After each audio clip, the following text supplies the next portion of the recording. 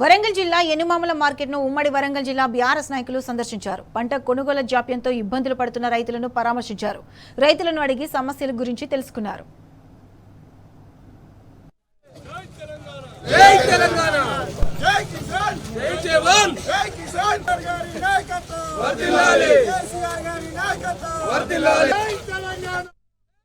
కాంగ్రెస్ పాలనలో అన్నదాతలు ఆగమైపోతున్నారని మండిపడ్డారు ఎమ్మెల్యే పల్లా రాజేశ్వరరెడ్డి.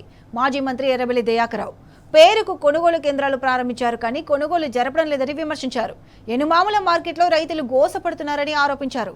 గన్ని బ్యాగులు, లారీలు అందుబాటులో లేక కాంటాలు కాక రైతులు అన్యాయమైపోతున్నారని ధ్వజమెత్తారు. తంబు ఇంప్రెషన్ సహా ఏ పని కావాలన్నా రైతుల దగ్గర లంచం తీసుకుంటున్నారని విమర్శించారు.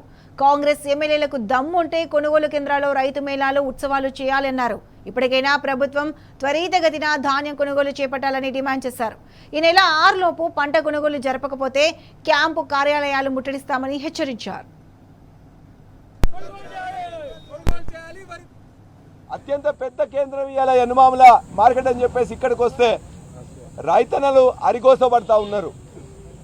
నెల రోజుల నుంచి తీసుకొచ్చిన వాళ్ళు ఇక్కడికి 20 రోజులు 25 రోజులు అయింది. ఒక్కొక్క రైతు ఇక్కడ తీసుకొచ్చి వాళ్ళకు గన్ని ఇవ్వరు. గన్ని లేదని చెప్తున్నాడు మార్కెట్ అధికారి, మా దగ్గర గన్ని లేదని చెప్తున్నాడు. గన్ని ఇవ్వడానికి వాళ్ళే ఇవ్వాల కష్టపడి రైతులు తెచ్చుకున్నట్లయితే ఆ నింపడానికి తంబేయడానికి కూడా 5,000 నుండి 10,000 లంచం అడుగుతూ ఉన్నారు.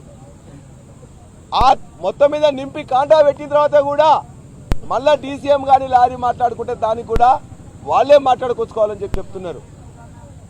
చివరికి ఇవాళ గన్ని తెచ్చుకొని తంబు ఇంప్రెషన్ దగ్గర పైసలు ఇచ్చి కాంటా అయిన తర్వాత కూడా మాది బాధ్యత కాదు, వర్షం పడితే మీదే బాధ్యత అని చెప్పేసి మార్కెట్ అధికారులు కానీ, వ్యవసాయ అధికారులు కానీ, మార్కెటింగ్ అధికారులు కానీ తప్పించుకుంటున్నారు.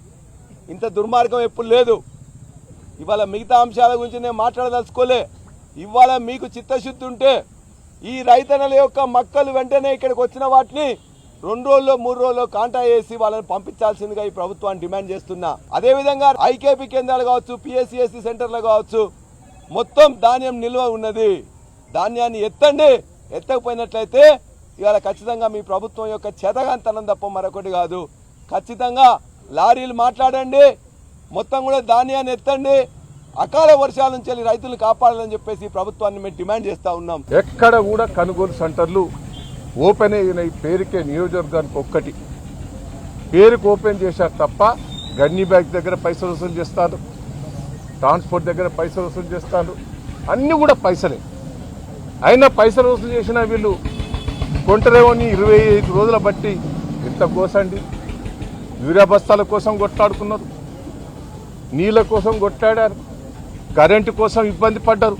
పంట చేతికొచ్చిన దాన్ని అమ్మదామంటే ఇంత గోసబెట్టిన ప్రభుత్వం ఎక్కడ నేను చూడలేను 40 ఏళ్ల రాజకీయాలని.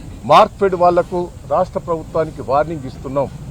ఈ 5-6 రోజులలో కొనకపోతే కొనుడే కాదు, ఎమ్మెల్యేలు, మంత్రులు ప్రతి మార్కెట్ ఆఫీసు పోవాలి, కొనుగోలు సెంటర్లు పోవాలి. రాష్ట్ర వ్యాప్తంగా ఎమ్మెల్యేలు, మంత్రులు కూడా అటెండ్ కావాలి. రైతుల బాధ వినాలి, విని సాల్వ్ చేయాలి. మీరు పోకపోతే మీ ఆఫీసులా, మీ క్యాంప్ ఆఫీసు, మీ ఆఫీసుకు రైతులు ముట్టడిస్తారని కూడా ఈ సందర్భంగా మేము వార్నింగ్ ఇస్తున్నాం. అది 6వ తారీఖు లోపల మీరు పనిచేయాలి. 6 తర్వాత కూడా మొత్తం కొనకపోతే రాష్ట్ర వ్యాప్తంగా విజృంభిస్తాం. రైతులు గోస పడుతున్నారు, రైతులు ఆవేదనతో ఉన్నారు.